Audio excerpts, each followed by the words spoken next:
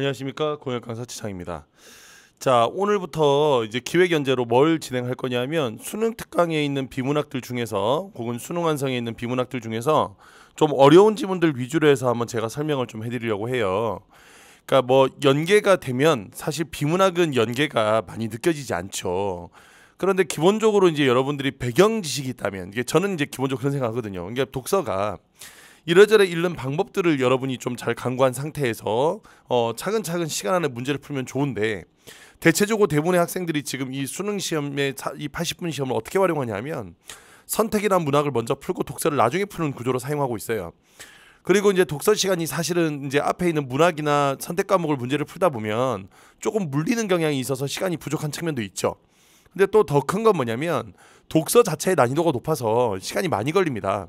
그래서 이제 저는 뭐 기존에 다른 뭐 인강을 듣거나 혹은 학원 수업을 들어서 열심히 지금 독서 수업을 하고 있는 친구들에게 야, 이렇게 읽었으면 좋겠다라고 이제 이렇게 얘기를 해봐야 이제 본인들이 이제 하고 있는 방법들이 있을 거니까 그걸 쉽게 바꾸지 못할 거고, 습관을 저는 오히려 좀 이제 역발상으로 읽어주고 독해하는 방법보다는 여기 있는 이 수능 특강이 나온 어떤 개념들을 조금 이해시켜서 내 나름대로 머릿속에 배경식으로 가져가자. 그러니까 만일에 예를 들어 이와 관련된 지문이 나오면 조금 여러분이 접근해서 문제가 풀기 쉽게 만들어주는 거, 그러니까 그게 배형식이라고 생각하거든요. 그래서 배형식을 좀 길러주는 수업을 지금부터 좀 진행할까 합니다. 그래서 제가 얼마 전에 올려드렸던 그 50일 영상 보셨죠? 그 50일 영상에다가 제가 댓글에 부탁을 드렸어요. 수능 특강 지문 중에서, 수능 완성 지문 중에서 내가 꼭 설명을 들었으면 좋겠다는 지문들 댓글로 좀 남겨주시면 제가 거기 있는 걸 우선으로 해서 제가 이제 영상을 만들어 드리겠다라고 약속을 했고, 오늘 이제 그 과정에 이제 사회문화 지문 위주로 조금 진행을 해볼까 하는데, 일단 요거 반응 지켜보고 괜찮을 것 같으면 조금 더 제가 촬영 횟수를 조금 느려서 좀 무리가 되더라도 여러분들에게 양질의 컨텐츠 계속 올려드리도록 그렇게 노력하겠습니다. 그래서 오늘 영상 보시고 설명이 괜찮다, 그러면 난 이 지문도 좀 설명 듣고 싶다 하는 친구들은 그 아래쪽에 댓글창에다가 그 페이지, 그 교재 페이지, 수능 특강 몇 페이지 어떤 지문인데 요 지문 설명 좀 해주세요 라고 하면 제가 시간 여력이 되는 대로 최대한 열심히 찍어가지고 올려드리도록 하겠습니다. 제가 조금 바빠요. 제가 파이널이 되다 보니까 이래저래 지금 기존에 수업하고 있는 오프라인 수업들도 좀 많고 해서 좀 시간이 좀 부족하긴 한데, 어쨌든 마지막이니까, 마지막 5주니까 마지막 동안 정말 저도 열심히 노력할 테니까 여러분들도 열심히 공부하시고 열심히 노력하셔서 소기의 성과, 어쨌든 얻어가시기 바랍니다. 자, 오늘은 첫 질문은 뭘 꽂아봤냐면 수능 특강 120페이지에는 리카도의 비교 우위론부터 시작해서 나오는 요거, 그러니까 리카도의 비교 우위론이 나오고 그 다음에 그 비교 우위론을 가지고 어떻게 지금 진행되는지와 함께 폴 크루그먼의 거기 그 지리적 집중 모형까지 이렇게 되어 있는 120페이지 요 지문 한번 해볼까 합니다. 아마 지금 여기는 이 지문의 포인트는 앞에 있는 1, 2문단에 나온 내용보다는 3문단의 폴 크루그먼의 지리적 집중 모형에서 여기는 이 계산하는 방법이 지금 이해가 잘 안 돼서 아마 질문 올려주셨던 것 같아요. 하지만 여기 있는 이 지문 전체적으로 다 내용 정리하면서, 왜냐하면 이 지문 출제가라서 높거든요. 높은 지문입니다.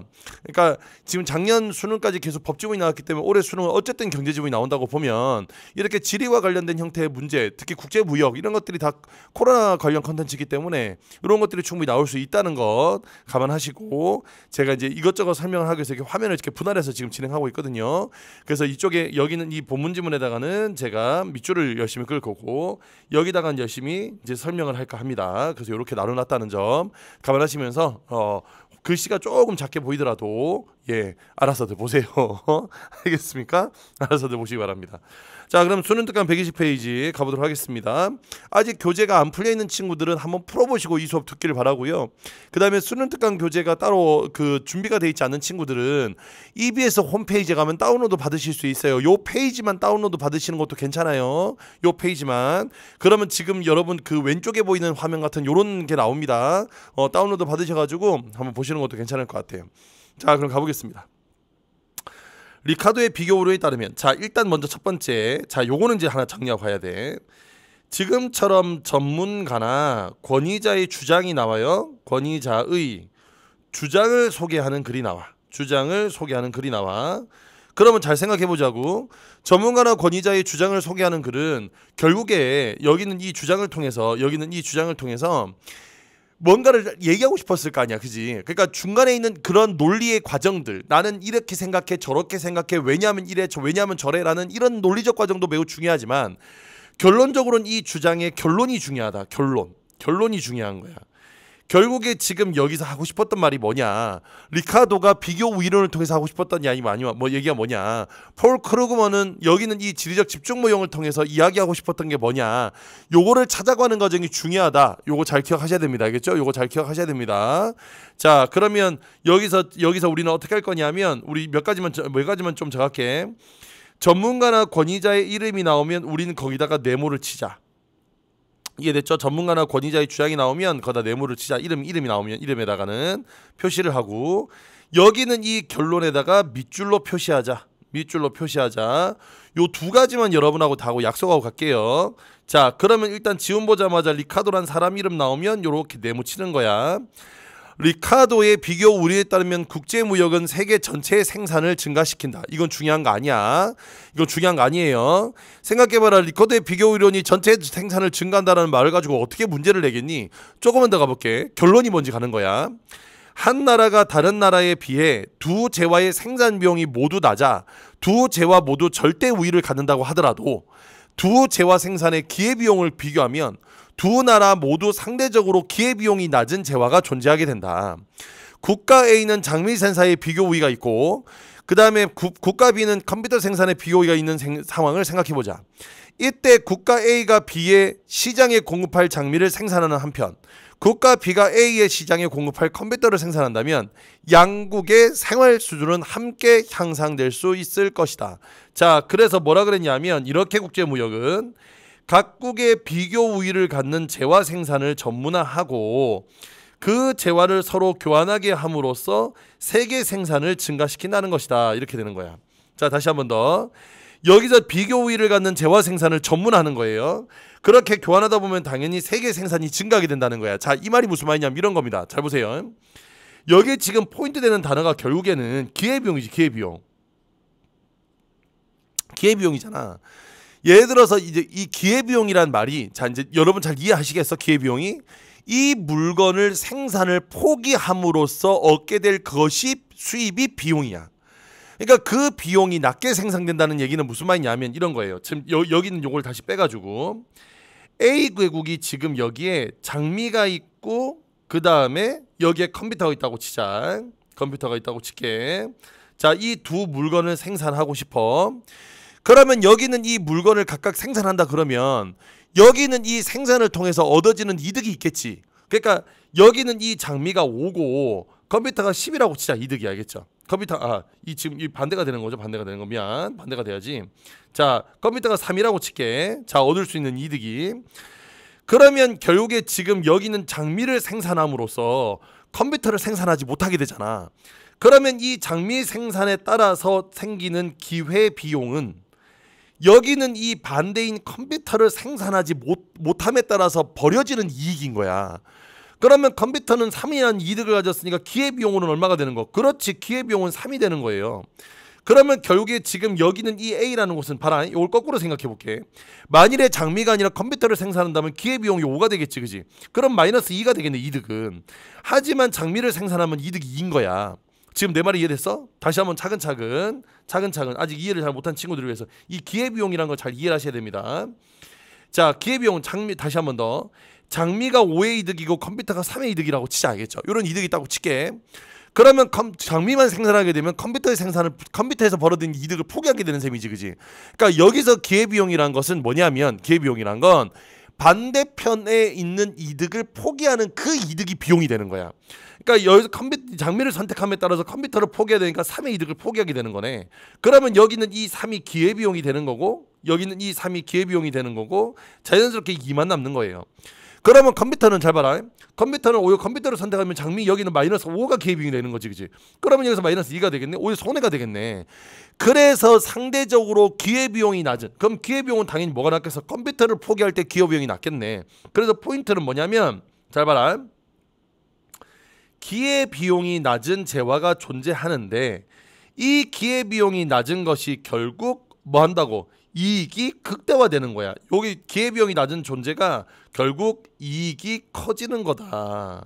이해되죠? 그러니까 좀 더 쉽게 하면 기회비용은 비용인가 비용. 그러니까 비용이 적어야지 당연히 이득이 크겠지. 무슨 말인지 알겠죠? 자, 그래서 리카르도의 비교 위로는 결국에 각 나라의 기회비용을 감안한 이득 중에서 가장 이득이 큰 것. 그러니까 비교 우위를 갖고 있는 그런 생산을 전문함으로써 만들어진다는 거야. 그런데 이제 문제는 이겁니다. 이러한 비교 우위로는 근본적으로 생산 규모가 증가하더라도 생산량의 증가율이 생산 비용의 증가율과 차이가 없다는 수학 불변을 전제로 한대. 아따 어렵다. 자, 여기서 이제 전제하는 건 뭐냐면 봐라. 원래는 이렇게 하면 이득이 되겠지. 우리가 생각해도 그렇잖아. 여기는 지금 기회비용이 낮은 걸 생산하게 되면 효율적이니까 그거 위주로 생산하는 게 아무래도 이 나라한테 이득이 될 거야. 그죠? 자, 그렇게 되는데 이제 문제는 그겁니다.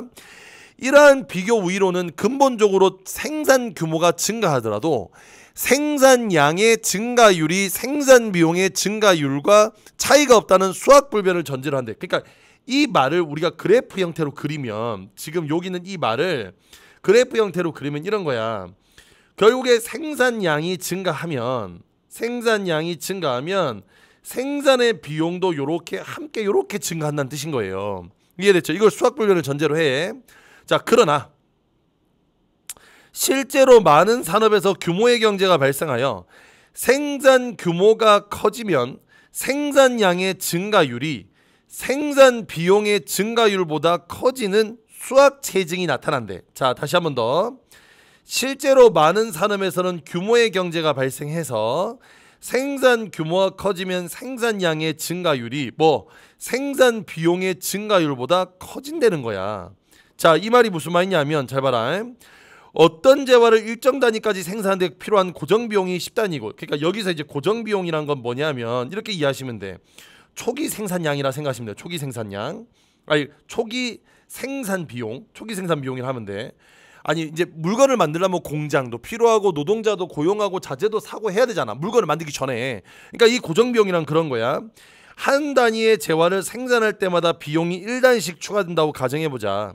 처음 1단위를 생산할 때 재화 단위를 생산하는 평균 비용은 고정 비용의 재화 한 단위당 생산 비용을 더한 11단위가 된다. 그러나 2단위를 생산할 때는 12단위의 생산 비용이 늘어나므로 재화 1단위를 생산하는 평균 비용은 6단위가 되고, 이때 3단위를 생산할 때는 요거로 줄어들게 된다. 그러니까 이게 무슨 말이냐면 잘 봐라.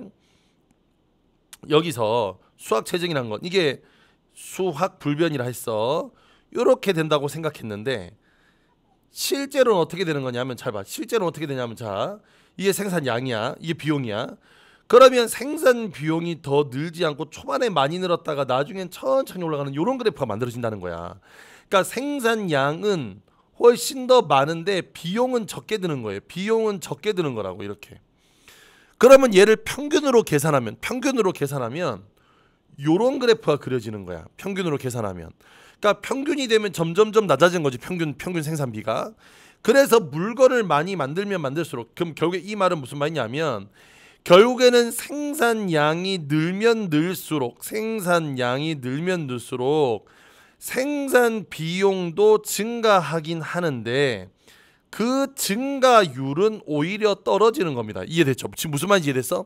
그러니까 증가는 하지. 이렇게 증가는 한다고. 증가는 하는데 그 평균에 대한 증가율은 떨어지는 거예요. 점점점. 자, 요렇게 된다는 겁니다. 미국의 제조업 벨트 형성에는 이러한 수학 체증이 중요한 요소로 작용하고 있는데 폴 크루그먼은 지리적 집중 모형이란 새로운 방식으로 이를 설명하고 있대. 자, 폴 크루그먼이라는 사람이 등장했고 여기서 지리적 집중 모형이라는 게 등장했습니다. 여기는 이 지리적 집중 모형이란 결국 공급, 수요, 그 다음에 그 수요 여기서 수송비라는 이 세 가지 상호작용에서 이루어진대요. 그래서 여기 문단에 막 이런저런 설명 나오는데, 자, 이런저런 설명 나오는 거 이거 어차피 읽어봐야 이해 안 되니까 지금부터 내가 여기다가 설명을 해줄게. 옆에다가. 자, 잘 봐. 지금 이 폴 크루그먼의 지금 여기는 이 표가 어떻게 만들어지는 거냐면 이런 거예요. 봐라. 자, 일단 기존의 제조업이 있어. 기존의 제조업이란 건 이미 그 지역에 이미 공장이나 생산 시설이 갖춰져 있는 경우를 이야기하는 거야. 자, 이때 기업이 새롭게 들어와서 생산 입지를 다시금 만들어. 이해됐죠? 이때 생산 입지를 만들 때 있는 것이 자, 동쪽, 양쪽, 서쪽이 있어요. 자, 그러면 여기에 이제 고정 비용, 수송비, 그 다음에 총 비용 요걸 지금 계산하는 거야. 자, 이 표 한번 잘 봐. 지금부터 내가 하는 거. 기존에 지금 여기는 기존 지역 공장이 어디에 있냐면 동쪽에 있는 상황이에요. 그러면 여기는 이 동쪽에 있는 상황에 자, 고정비용을 쓴다고 칩시다. 여기에 고정비용은 자, 여기 지문에 뭐라고 돼 있냐면 여기서 만드는 고정비용은 모두 얼마가 든다고? 예, 고정비용은 4단위가 단다고 칠게. 그러면 이렇게 돼 있는 상태에서 기업의 동쪽에다가 공장을 만들면 그 공장을 만드는 고정비용 4는 여기에 들어가는 거야. 이해되죠? 고정비용 4는 여기 들어가는 거야. 자, 그러면 지금 동쪽에 많이 있는 경우는 동쪽에다 고정비용 4를 써요. 그러면 서쪽에 있는 경우도 서쪽에다 고정비용을 쓰는 거지. 공장 만드는 건 똑같으니까. 동쪽에 만들든 서쪽에 만들든 고정비용은 4인데 양쪽은 생각해봐. 동쪽과 서쪽 모두 다에다가 공장을 짓는 거야. 그러면 동쪽에 4, 서쪽에 4니까 모두 8이 되는 거지. 동쪽 4, 서쪽 4가 더해진 거니까. 여기까지 됐죠? 자, 그럼 그 다음 갑니다. 자, 여기서 이제 중요한 게 기존 제조업이 동쪽에 있다는 얘기는 뭐냐면 여기에 인구가 많이 산다 이런 얘기야. 왜냐하면 기존 제조업이 동쪽이니까 직장 가까운 것 때문에 동쪽에 사람들이 많이 살고 있겠지, 그지? 그 사람들이 살고 있는 상태에서 동쪽에다가 공장 입지를 만들고 나면 물건을 생산해서 수송해야 될 비용은 자, 수송해야 되는 거야. 수송 옮겨가는 거. 그러면 여기에 지금 어떻게 됐냐면 총 노동자의 60%를 차지하는 농부가 양쪽에 균등하게 분포되어 있어. 그러면 지금 모두 10명 중에 6명은 농부고 4명은 노동자야. 4명은 노동자. 그러면 여기는 지금 동쪽에다가 물건을 만들어 놓으면 잘 봐라. 동쪽에다 물건을 만들어 놓으면 여기는 여기는 동쪽에는 색깔을 좀 다른 걸로 써야 되겠다. 잠깐만. 여기는 이 동쪽에는 어떻게 구성되어 있냐면 동쪽에 있는 경우야.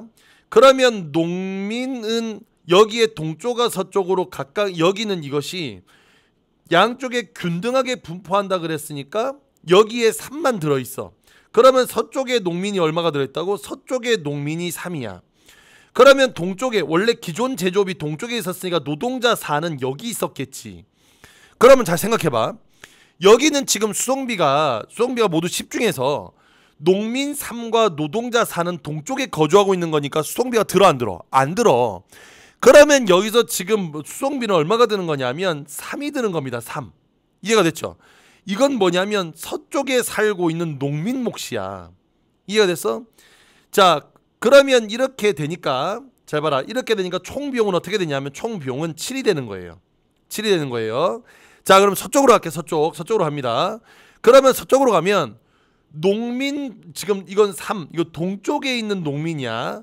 동쪽에 있는 농민의 플러스 지금 기존 제조업이 동쪽에 있었으니까 동쪽에 노동자가 4가 살아. 그럼 모두 얼마가 된다고? 7이 되겠지. 그러면 여기서 서쪽에다 물건을 만드는 경우는 서쪽에 있는 농민 3에게만 수송비가 들지 않을 뿐 동쪽에 있는 농민과 노동자 4에는 수송비가 들어야 되니까 모두 7이 들고 합쳐서 총 비용이 11이 되는 거예요. 그런데 양쪽에다 모두 만들어 놓은 경우는 동쪽이고 서쪽이고 모두 만들어 놨으니까 굳이 수송할 필요가 없어서 수송비가 0인 거야. 이해가 됐죠? 그래서 총 비용이 8입니다. 그럼 이렇게 놓고 나면 어느 게 효율적이야? 그렇지. 총 비용이 가장 적은 7이 가장 뭐한다 하니까 기존 제조업이 동쪽에 있는 경우는 기업의 생산 입지도 어디다 만드는 게 좋다. 그렇죠. 동쪽에 만드는 게 유리하다 이거예요. 동쪽에 만드는 게 유리하다. 자, 그럼 그 다음 표 한번 볼게. 자, 그 다음 표 똑같아. 잘 봐라. 요 다음 표 여러분 똑같이 여러분 읽어주시면 됩니다. 자, 보세요. 이번에는 자 요렇게 만들어졌으니까 이제 한 번 더 표가 한번 가볼게. 이번에는 서쪽에 있는 경우에 지금 이 경우 얘기하는 거야. 서쪽에 있는 경우. 자, 서쪽에 있는 경우에 고정 비용과 수송비와 총 비용이 있다고 칩시다. 요게 총 비용이 있다고 칠게요. 자, 이걸 가지고 지금부터 그래프 다시 만드는 거야. 자, 고정 비용은 모두 공장 만드는 4라 그랬으니까 4. 양쪽에 모두 만드는 경우는 동쪽 4, 서쪽 4니까 8. 요렇게 되는 거고요. 자, 수송비입니다. 자, 기존 제조업이 서쪽에 있는 경우입니다. 그러면 반대가 돼야 되겠네. 자, 동쪽에다가 만든 경우야. 동쪽에다 만들었으면 기존에 살던 노동자는 다 어디 살아? 그렇지, 서쪽에 살겠지. 그러면 농민 3의 못 가. 자, 여기 동쪽 농민이 아니라 서쪽 농민이야. 서쪽에 살고 있는 농민 3과 서쪽에 기존 제조업이 서쪽이었으니까 서쪽에 살고 있는 노동자 목 4를 더하면 7이 되고 총 비용은 11이 됩니다. 이해됐죠? 그 다음에 서쪽에 만드는 경우는 노동자 3의 목만 옮기면 되는 거야. 동쪽에 살고 있는 노동자 3의 목만 옮기면 되는 거니까 만일에 서쪽에다 공장을 만들게 되면 농민목 3만 이동하면 되는 거고 총 비용은 7이 드는 거예요. 양쪽에 모두 만들면 당연히 수송비는 0이니까 총 8이 듭니다. 그러므로 서쪽에 기존 제조업이 있는 경우는 서쪽이 훨씬 더 유리해지는 거예요. 이해가 됐죠? 자, 그러면 원래 시설이 양쪽에 모두 있는 경우, 자, 고정 비용, 수송비, 그 다음에 총 비용 이렇게 되는 거예요. 자, 그러면 한번 갑니다. 고정 비용은 4고 얘는 4고 얘는 8입니다. 이건 고정돼 있어. 야, 공장 만드는 고정 비용은 정말 고정 비용이야. 고정돼 있는 거예요. 자, 수송비 갑니다. 그러면 수송비는 보세요. 양쪽에 모두 있는 경우니까 농민도 동쪽과 서쪽에 각각 3, 3으로 나눠져 있는 거고 노동자는 아까 전에 우리 4라 그랬잖아. 4니까 2 플러스 2로 나눠져 있는 거네. 그러니까 동쪽에 5명 살고 서쪽에 5명 사는 거야. 그러면 양쪽에 모두 있는 경우는 수송비가 얘가 5가 나오겠지. 왜? 농민목 3과 노동자목 2니까. 왜? 둘로 나눠졌자. 양쪽에 모두 있는 경우는 그러니까 노동자가 양쪽으로 나눠져 있다고. 그러면 여기는 이 친구도 마찬가지로 5가 되겠지, 그지? 3 플러스 2 똑같으니까 양쪽으로 모여져 있으니까. 그래서 비용은 각각 9, 9가 되는데 양쪽에 모두 만들면 필요가 없어 수송비가. 그러므로 총 비용은 8. 그러므로 양쪽에 노동자가 기존 제조업이 양쪽에 모두 다 있는 경우는 양쪽에 모두 다 만드는 게 더 유리하다 이겁니다, 알겠죠? 그래서 결론은 뭐냐면 이렇게 하게 되면 결국에 자 미장 꺼보자.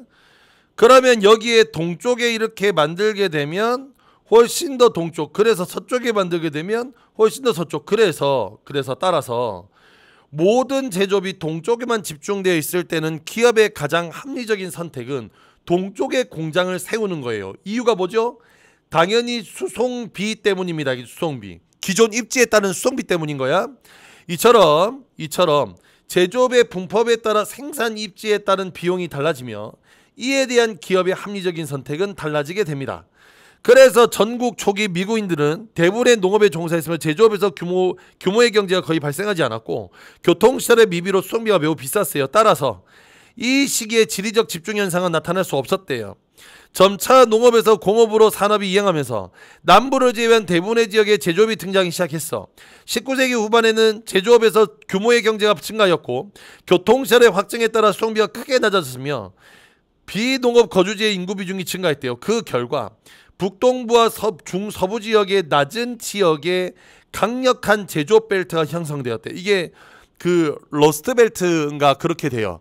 이게 이제 그 노동자층들이 살고 있는 집중 지역이라서 왜 지난 대선에 트럼프가 그 당선이 됐을 때는 이 러스트 벨트 지역에 있는 백인 노동자들이 대체적으로 대부분 트럼프를 지지하면서 이게 트럼프가 유리하게 하면서 힐러리 꺾고 트럼프가 대통령이 된 거거든.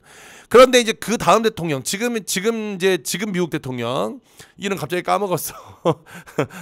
남나라 대통령이니까 별로 뭐 관심도 없는데 내가 사회선생님도 아니고 거기는 그 미국 대통령 갑자기 이름이 생각이 안 나네요. 어쨌든 이 지금 이제 그 러스트벨트 지역에 있는 그 백인 노동자들이 원래는 트럼프를 지지하던 사람들이 이제 돌아섰단 말이지. 아무리 트럼프가 강력하게 뭔가 경제정책을 추진했어도 그렇게 크게 이득을 보지 못했다. 뭐 이런 것들이 생겨나면서 오히려 이제 그런 쪽이 좀 마음을 돌아서면서 지금 대통령 선거가 그렇게 뒤집히게 된 겁니다. 러스트벨트에 대한 얘기예요. 그래서 이런 것들이 하게 됐는데 어쨌든 더욱더 풍부하게 됐지만 올해 확고히 자리 잡은 제조업의 견인력이 매우 강해서 이 지역의 제조업 집중 현상은 계속 유지될 수 있었답니다. 자, 이런 내용의 지문입니다. 자, 이 표 다 이해하셨죠? 결론은 지금 기존에 있는 곳에 인구가 집중되어 있고 그렇기 때문에 수송비 문제 때문에 결국 새로운 입지도 기존 입지를 따른다. 자, 뭐 이런 내용이 지금 이 표의 결론입니다. 알겠죠? 이렇게 여러분들이 배행식 기억해 두시면 되겠어. 요거 한번 계산해 주기 바래요. 요 친구 한번 계산 한번 해줬으면 좋겠어요. 계산하면 그렇게 어렵지 않으니까 요거 한번 계산 한번 해봐라. 이해가 됐죠? 자, 계산 한번 해보시기 바랍니다. 자, 그러면 1번 문제 한번 가볼게요. 1번 문제. 윗글에 대한 설명으로 가장 적절한 것은 그랬어. 그럼 윗글에 대한 설명은 결국에 기존의 이론, 즉 앞에 처음에 나왔던 리카도의 비교 우위론을 넣고 그 비교 이론이 부합하지 않는 경제 현상을 새로운 모형으로 제시하고 있으니까 정답은 4번이 되겠죠. 그죠? 4번이 되겠고, 자 2번 갑니다. 윗글에서 확인할 수 있는 비교 우위론에 대한 이해로 적절하지 않은 것은 그랬습니다. 국제무역에 참여하는 국가들은 비교 우위를 갖는 재화 생산을 전문하게 된다. 왜 전문하게 되죠? 자기한테 보다 더 유리한, 다시 말하면 거기는 그 저거 중에서 뭐라 그러지? 앞에서 지금 얘기했던 그 기회비용, 그렇죠? 그래서 기회비용이 저렴한 형태로 집중하게 되는 거니까 전문화 되겠지. 재화 생산에서 절대 우위를 갖는 나라도 국제무역에 참여하는데 경제적 이득이 된다. 그러니까 아무리 절대 우위를 갖는다 하더라도 이걸 참여하는 게 이득이 되죠. 왜냐하면 이건 기회비용은 조금씩 다 다르니까. 모든 재화의 생산에서 절대 우위를 갖지 못한 나라도 비교 우위를 갖는 재화가 존재한다. 맞지요? 자, 그다음에 비교 우위를 갖는 재화의 생산 규모가 커지면 한 단위를 생산하는 평균 비용은 줄어들게 된다 그랬는데, 여기서 재화 한 단위를 생산하는 평균 비용이 줄어들게 된다고. 여기에 지금 뭐냐면 평균 비용이 아니라, 지금 봐라, 여기에 그 한 단위를 생산하는 평균 비용은 생산 규모가 커지면 커질수록, 자, 생산 규모가 커지는 거야. 그러면 커지면 커질수록 여기는 이 평균 비용 또한 뭐 한다고? 평균 비용 또한 조금씩 뭐 한다고? 아까 얘기했잖아. 원래 아까 전에 그 뭐였잖아. 한 단위일 때 한 단위일 때 11단위였다가 지금 여기 두 번째 문단 얘기하는 거야. 그 다음에 이 단위를 생산할 때 12단위가 되니까 얘를 둘로 나누면 한 단위를 생산하는 평균 비용은 뭐 한다고? 6단위가 되지, 그지? 6단위가. 그 다음에 여기에 3단위를 생산할 때 13 나누기 3단위로 이렇게 해서 평균 비용이 만들어진다고. 그래서 여기는 이 평균 비용은 줄어들게 되는데,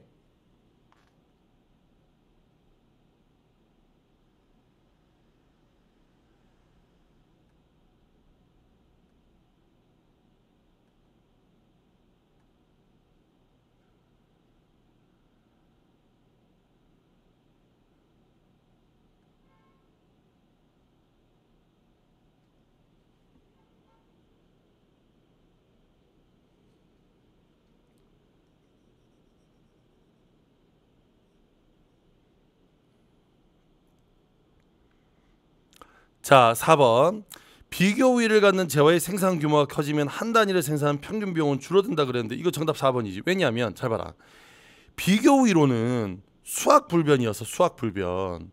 그러면 수학 불변이란 말은 얘기했잖아. 생산량이 증가하면 생산 비용도 증가해. 그러니까 생산량이 증가하면 생산 비용도 증가하기 때문에 평균 비용은 항상 뭐하다? 일정하다 그래야 되는 거야. 일정하다고. 여기서 평균 비용이 줄어드는 것은, 잘 봐라, 여기서 평균 비용이 줄어드는 것은 비교 우위론이 아니었잖아. 이게 비교 우위론이 아니었다고. 이건 수학 체증이라고. 수학 체증. 이건 수학 체증의 법칙이었다고. 그러니까 비교 우위론은 설명할 수 없어요.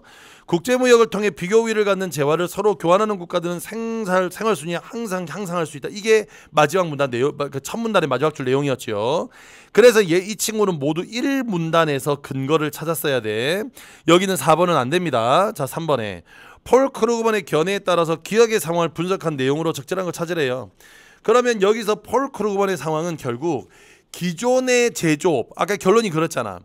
여기서 기존의 제조업이 있으면 그 기존의 제조업으로 입지해야 되는데, 이게 정답이 5번이 되는 이유가 기존 제조업이 서쪽에 있든 동쪽에 있든 고정 비용이 차지하는 비중은 커지지 않아요. 무슨 말인지 이해돼?